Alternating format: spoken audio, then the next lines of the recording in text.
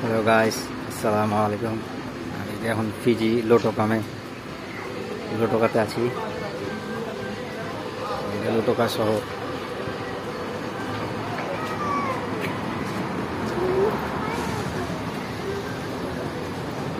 Fiji বা অন্য দেশে কোনো ইনফরমেশন জানার চাইলে আপনারা কমেন্টে জানাবেন, আর আমার ইউটিউব চ্যানেলটা সাবস্ক্রাইব করে পাশে থাকেন।